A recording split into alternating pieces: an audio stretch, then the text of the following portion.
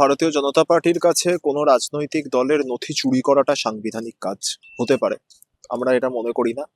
যে সমস্ত রাজনৈতিক দল যারা ভারতবর্ষের হৃত গৌরব, ভারতবর্ষের মর্যাদা, সার্বভৌমত্ব, ধর্মনিরপেক্ষতাকে পুনরুদ্ধার করার লড়াইতে নেমেছে, তাদের কাছে আইপ্যাক অফিসে এবং প্রতীক জৈনের লাউডন স্ট্রিটের ফ্ল্যাটে ইডির যে অভিযান, অর্থাৎ তৃণমূল কংগ্রেসের গুরুত্বপূর্ণ নথি চুরি করার যে অভিযান, সেটা কখনোই সাংবিধানিক কাজ নয়, প্রথমত। দ্বিতীয়ত হচ্ছে, বঙ্গভবন দিল্লিতে অবস্থিত হলেও বঙ্গভবন পশ্চিমবঙ্গ সরকারের প্রপার্টি। সেখানে পশ্চিমবঙ্গ সরকারের যিনি সর্বোচ্চ পদে আসীন, রাজ্যের মাননীয় মুখ্যমন্ত্রী, তিনি নিজে উপস্থিত। তো স্বাভাবিকভাবেই তার সাথে কোনো কনসালটেশন ডিসকাশন না করে বঙ্গভবনে তিহারে জেল খাটা অমিত শাহের নেড়ি দিল্লি পুলিশদের আকস্মিক আনাগোনা, সেটা কখনোই আমাদের কাছে অন্তত সাংবিধানিক কাজ নয়। আর একটা ওই যারা যারা যে 150 জন মানুষ, প্রায় 50টি পরিবার, যারা মমতা বন্দ্যোপাধ্যায়ের ওপর ভরসা করে ওখানে গিয়েছিলেন নির্বাচন কমিশনের দপ্তরে যাবার জন্য, এবং গেছেনও মমতা বন্দ্যোপাধ্যায়ের সাথে, ওই পরিবারের কেউ না কেউ এসআইআর এ প্রাণ হারিয়েছেন, অথবা কেউ না কেউ জীবিত, তাদেরকে খসড়া তালিকায় মৃত বলে দেখানো হয়েছে। তাদের মধ্যে একটা ফিয়ার সাইকোসিস তৈরি করা, তাদেরকে ভয় দেখিয়ে যাতে তারা মমতা বন্দ্যোপাধ্যায়ের সাথে ওই বঙ্গভবন নির্বাচন কমিশনের অফিসে না যান, সেটা তৈরি করার চক্রান্ত করা হয়েছিল। ভারতীয় জনতা পার্টি বাংলার ইতিহাস জানে না। আজ থেকে গত 2-3 দিন আগে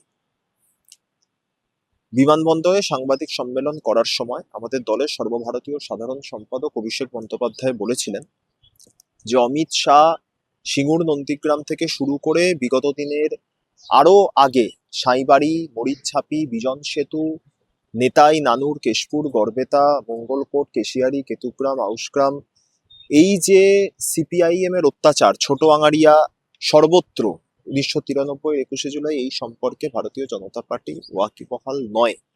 তো স্বাভাবিকভাবেই গতকাল অমিত শাহ তার পোষা নেড়িগুলোকে পাঠিয়ে অভিষেক বন্দ্যোপাধ্যায়ের কথায় শিলমোহর দিয়েছে যে সে সত্যিই বা তারা সত্যিই পশ্চিমবাংলার এই রাজনৈতিক ইতিহাস সম্পর্কে সচেতন নয়।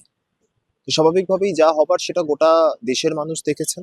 মমতা বন্দ্যোপাধ্যায়, অভিষেক বন্দ্যোপাধ্যায় বারংবার এই আন্দোলনকে দিল্লিতে নিয়ে যাবার কথা বলেছিলেন। সেই আন্দোলন দিল্লিতে গেছে, এক কাপড়ে নেত্রী বেরিয়ে এসেছেন, মোকাবিলা করেছেন, এবং মমতা বন্দ্যোপাধ্যায় যখন বেরিয়ে এসেছেন তখন অমিত শাহের পোশাক নেড়িগুলো, পোষা সারমেয়গুলো পিঠ দেখিয়ে পালিয়ে গেছে। ওরা যখন পালাচ্ছে তখন আমরা অমিত শাহ নরেন্দ্র মোদীর উদ্দেশ্যে বলেছি, পালিয়ে তোরা যাবি কোথায়? মমতা বন্দ্যোপাধ্যায় দিল্লির রাস্তায়। তো স্বাভাবিকভাবেই পালানোর কোনো জায়গা নেই। আমরা তাদেরকে সম্মুখ সমরে বিগত দিনেও আহ্বান জানিয়েছি, আবারও জানাচ্ছি, নির্বাচনী প্রতিদ্বন্দ্বিতা গণতান্ত্রিক প্রেক্ষাপটে হোক, এবং আমরা দিদির শ্রীচরণে একটা বিজেপি বিহীন বাংলা উপহার দেব বলে আশা রাখি। অন্যদিকে নির্বাচন কমিশনের সাথে গতকাল মুখ্যমন্ত্রীর বৈঠক ছিল এবং সেখানে নির্বাচন কমিশনকে মুখ্যমন্ত্রী বাইরে এসে বলেন যে তার সঙ্গে খারাপ ব্যবহার করা হয়েছে, এমন ভান করছে যে তারা যেন জমিদার। এর আগে অভিষেক বন্দ্যোপাধ্যায়, আমরা এই কথাটা বলতে শুনেছি অভিষেক বন্দ্যোপাধ্যায়কেও। এ ব্যাপারে কি বলবেন? না, মমতা বন্দ্যোপাধ্যায় সৌজন্যতার রাজনীতি করেন বলে নির্বাচন কমিশনারের সাথে দেখা করেছে। না হলে সুপ্রিম কোর্টে মামলা করার পর আর নির্বাচন কমিশনারের সাথে দেখা করার কোনো জায়গাই নেই। কিন্তু তিনি সৌজন্যতা মেনটেন করেন। তার যে রাজনৈতিক ব্যাকগ্রাউন্ড, 7বারের সাংসদ, 4বারের কেন্দ্রীয় মন্ত্রী, 3বারের মুখ্যমন্ত্রী, নরেন্দ্র মোদীরও এই ব্যাকগ্রাউন্ড নেই, দেশের প্রধানমন্ত্রী। ভারতবর্ষের কোন রাজনৈতিক নেত্রীর এই ব্যাকগ্রাউন্ড নেই যা মমতা বন্দ্যোপাধ্যায়ের আছে। তো স্বাভাবিকভাবেই তিনি সেই গণতান্ত্রিকতাকে প্র্যাকটিস, যেটা তিনি দীর্ঘদিন করে এসেছেন, যে গণতন্ত্র প্র্যাকটিসের কথা বলে তিনি সিপিআইএম বিহীন বাংলা প্রতিষ্ঠিত করতে পেরেছেন বাংলার মানুষের আশীর্বাদে, সেটাকেই তিনি আরো একবার এনশিওর করার চেষ্টা করেছেন। ফলে স্বাভাবিকভাবেই নির্বাচন কমিশনারের কাছে তিনি গিয়েছেন, এতে নির্বাচন কমিশনার জ্ঞানেশ কুমারের দিদির প্রতি কৃতজ্ঞ থাকা উচিত।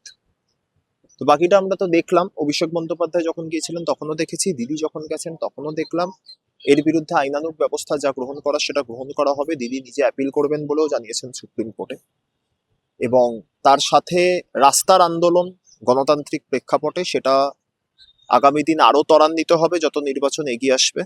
এবং আমরা ভারতীয় জনতা পার্টিকে চ্যালেঞ্জ করছি, যদি তাদের সামর্থ্য থাকে তারা জ্ঞানেশ কুমারকেও তাদের স্টার ক্যাম্পেনার করে পশ্চিমবঙ্গে নিয়ে আসুন। বাকিটা পশ্চিমবঙ্গের মানুষ গণতান্ত্রিক প্রেক্ষাপটে বুঝিয়ে দেবেন।